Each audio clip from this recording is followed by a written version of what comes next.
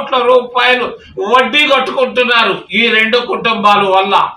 ఈ రెండు కుటుంబాలు ఆంధ్రప్రదేశ్ రాష్ట్రాన్ని అధ్వాన్న పరిస్థితిలోకి తీసుకెళ్లాయని చెప్పక తప్పదు. చంద్రబాబు నాయుడు గారు ఏమి చేశారు? మీరు ముఖ్యమంత్రిగా 11 ఏళ్ల ముఖ్యమంత్రి చేసినటువంటి వైఎస్ కుటుంబం రాష్ట్రానికి ఏం చేసింది? అందరిని అప్పుల్లో పెట్టి వీళ్ళు సంపన్నులయ్యారు. చంద్రబాబు నాయుడు 100 కోట్ల రూపాయలు సంపాదించాడు. ఆయన ఒక అంబానీ లాగా తయారైపోయినాడు. మరి వైఎస్ కుటుంబం కూడా 1000 కోట్ల రూపాయలు సంపాదించారు. ఎక్కడిది? నిరుపేద కుటుంబంలో పుట్టినటువంటి చంద్రబాబు నాయుడు వైఎస్ కుటుంబం ఈ రోజు 1000 కోట్ల రూపాయలు సంపాదించడం ఎక్కడి నుంచి సాధ్యమైంది? ఇది ప్రజల డబ్బు కాదా? మరి ప్రక్కనే ఉన్నటువంటి విజయ్ ఎంత చక్కగా పరిపాలిస్తున్నాడు. 50 ఏళ్ళ లోపు ముఖ్యమంత్రి. ఒక్క మాటలో చెప్పాలంటే లారీల దగ్గర డబ్బు తీసుకుంటున్నారట ఆర్టీఓలు, మరి పోలీసు వాళ్ళు 500 రూపాయలు. దాన్ని కూడా ఆపేశాడు, ఎక్కడా లేదు. మరి అంతేకాదు, ఒక బిల్డరు ఒక భవనం కట్టాలనంటే చదరపు అడుగుకి 40 రూపాయలు తీసుకునేవాళ్ళు మద్రాసు రాష్ట్రంలో. ఈరోజు లేదది. ఈరోజు పోలీస్ స్టేషన్లో మామూలని మరి తమిళనాడులో ఒకప్పుడు కలెక్ట్ చేసేవాళ్ళు పోలీసులు, మా స్టేషన్ మామూలని. స్టేషన్ మామూలు కూడా అయిపోయినాయి తమిళనాడు రాష్ట్రంలో. ఆయన చెప్పాడు, నేను బడ్జెట్లో నుంచే ఇస్తాను మీకు, తీసుకోండి అని.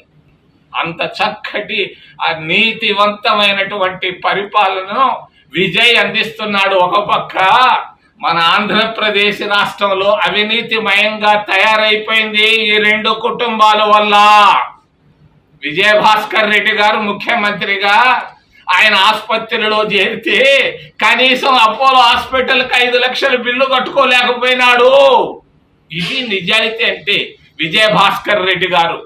మరి కనీసం కరెంటు బిల్లులు కూడా, ఇంటి బిల్లులు కట్టుకోలేకపోయినాడు విజయభాస్కర్ రెడ్డి గారు.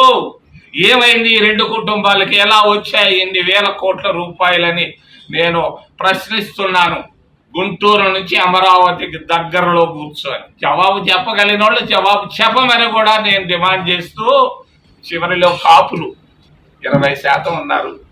మరి 20% ఉన్నటువంటి కాపులు కనీసం ఒక్కరోజు కూడా ముఖ్యమంత్రి కాలేకపోతున్నారు. నేను కాపులకు తెలియజేస్తున్నాను, గుంటూరు నుంచి రండి, కాంగ్రెస్ పార్టీలోకి మీరు రండి, మిమ్మల్ని ముఖ్యమంత్రి చేసే బాధ్యత నేను తీసుకుంటాను. ఎవరు బయలేదు, నేను చేయగలుగుతాను. మరి కాంగ్రెస్కి నేను కాపులందరినీ నేను ఆహ్వానిస్తున్నాను హృదయపూర్వకంగా. చివరిలో దళిత క్రైస్తవులు కనిపిస్తా ఉన్నారు ఢిల్లీకి. ఏమీ కాదు మీకు ఢిల్లీలో. ఆర్ఎస్ఎస్ బీజేపీ ప్రభుత్వం ఉన్నంత వరకు మీకు రాబోయేది 0.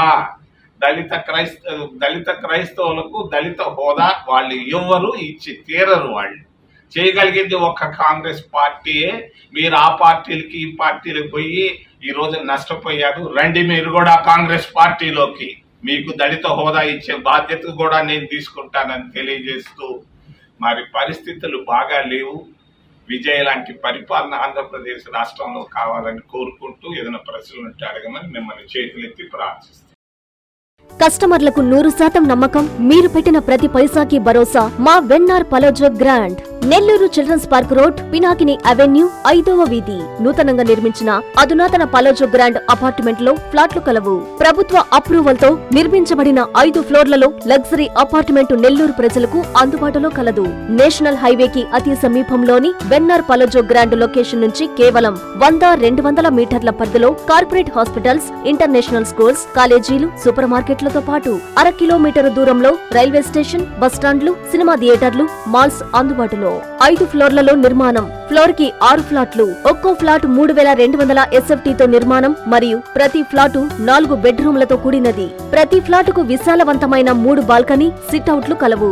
ఈ అపార్ట్మెంట్ నిర్మాణానికి ఉపయోగించిన మెటీరియల్ ప్రతిదీ నాణ్యతతో పాటు బ్రాండెడ్ తో కూడినది. అత్యాధునిక వసతులతో కూడిన నిర్మాణం వెన్నార్ పలోజో గ్రాండ్ ప్రత్యేకత. Car parking, children's play area, lobby, apartment చుట్టూ ఎటు చూసినా 20 అడుగుల సెట్ బ్యాక్స్ తో పాటు 2 వైపులా ఎంట్రన్స్ తో 24 24 గంటల సెక్యూరిటీతో అత్యంత విలాసవంతంగా గేటెడ్ కమ్యూనిటీ స్థాయిలో నిర్మించిన అపార్ట్మెంట్ ఇది. Ready to occupy. పూర్తి వివరాలకు సంప్రదించండి. Phone number 9963337753. I'm Lord. Please subscribe to N3 TV.